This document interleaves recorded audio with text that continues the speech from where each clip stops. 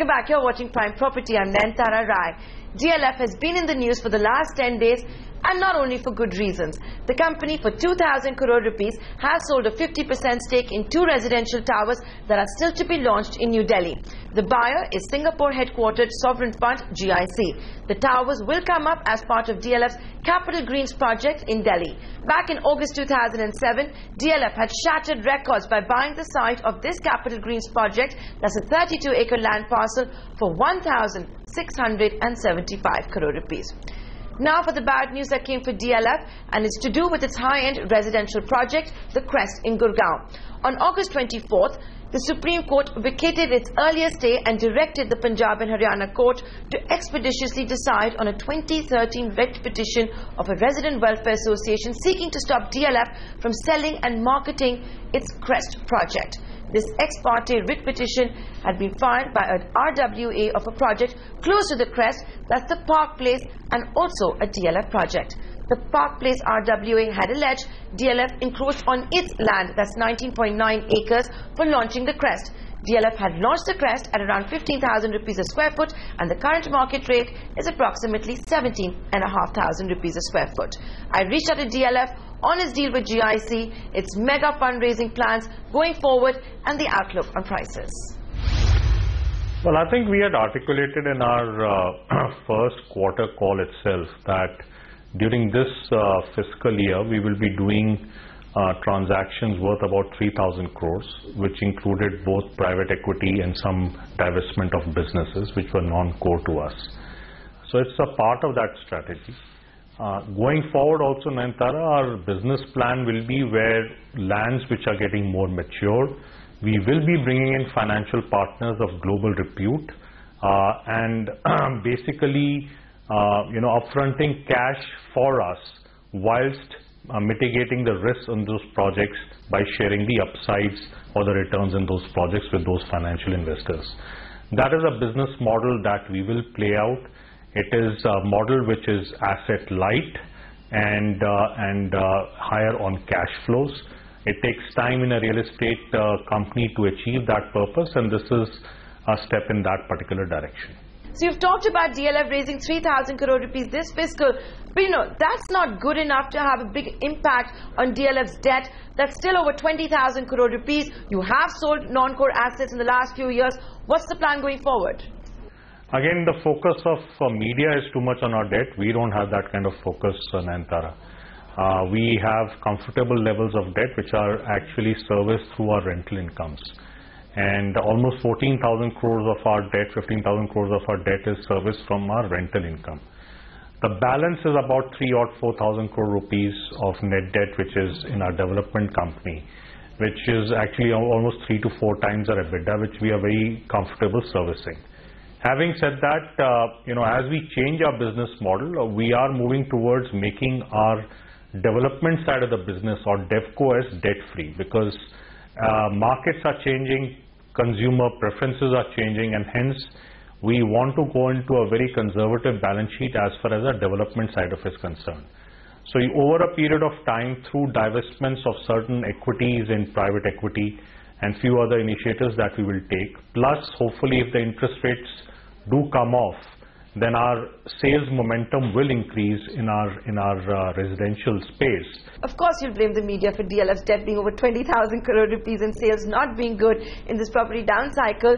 But Saurabh, while we have you on camera, I want to get your reaction on a story we did here at CNBC TV 18 courtesy sources.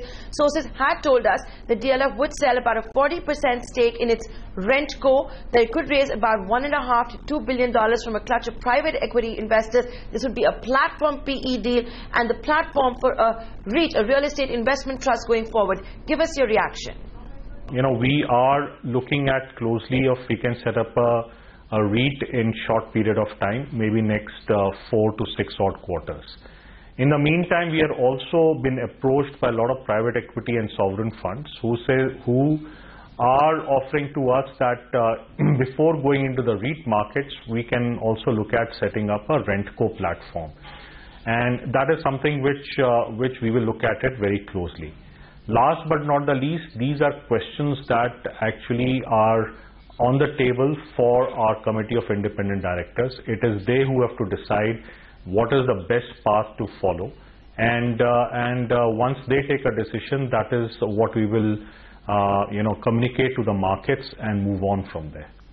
But for this deal to go through, you will also have to take care of the compulsory convertible preference shares held by the promoters, the CCPS issue. What is the progress that has been made on that front? So the first step would be actually the settling of the CCPS issue. This is what is highest on the agenda, and the Committee of Independent Directors will decide on it.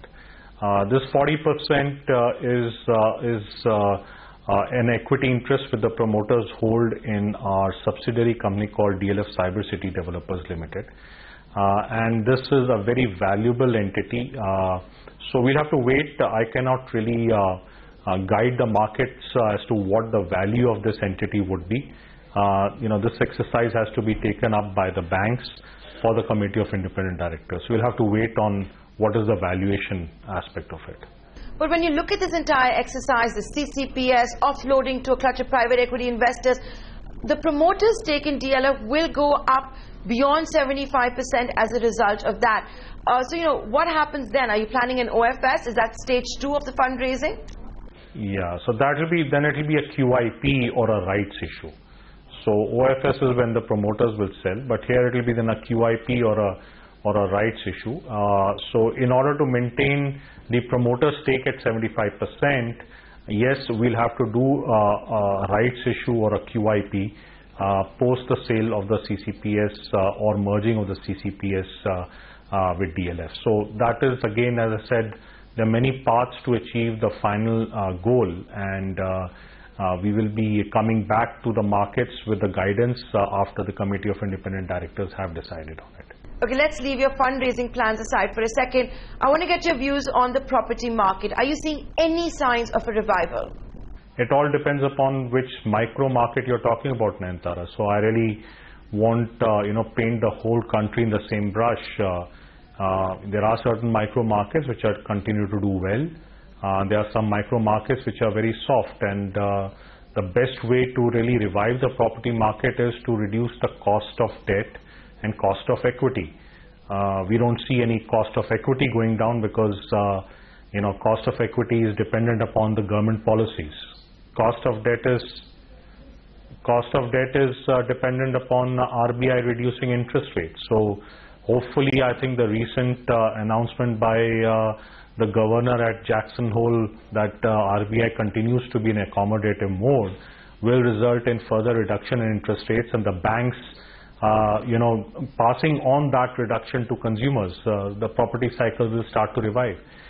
While you're mentioning interest rates, the RBI governor, Mr. Raghuram Rajan, had this conversation with the SBI chairperson, Arundhati Bhattacharya, in which he said, the builders are not doing their part. The builders must reduce prices. How do you react to that? Well, no builder is going to sell a product at a loss. Are you suggesting that we should all sell at a loss? So everybody is there to make reasonable monies out of the whole scheme of things. The product cycles have dramatically increased from start to finish. Somebody has to pay for that cost. So if the whole ecosystem is looking at reduced property prices, then land should be available at reasonable rates. The government should be willing to clear the start and the finish of the projects in a reasonable period of time with an objective criteria in place. You will see property prices come off. Developers will reduce prices. But if you start seeing where, I can give an example. If you look at the NGT order, if you're going to take 1 year, 1.5 years, 2 years to give regulatory approvals, where is that cost going to come from? The cost is going to eventually come from the consumers. So you need to look at this whole sector more holistically than just saying that the developers need to reduce the prices. But the fact is prices have come down. For example, let's look at your biggest market, Gurgaon. Prices must be down, 30%? In New Delhi, prices are down 40 to 50%. So prices have come down. So, why hasn't the market picked up? Or is it the interest rates which also need to come down? Well, prices have come down in the secondary market. What I think the governor was talking about is the pricing coming down in the primary market. I think that's what I would like to distinguish there. Well, there you go. That's DLF's business plan going forward, its fundraising plans, and the company saying it's unfair to say only builders should do their part and reduce rates. The government needs to pitch in with passing approvals faster, and the Reserve Bank should cut interest rates as well.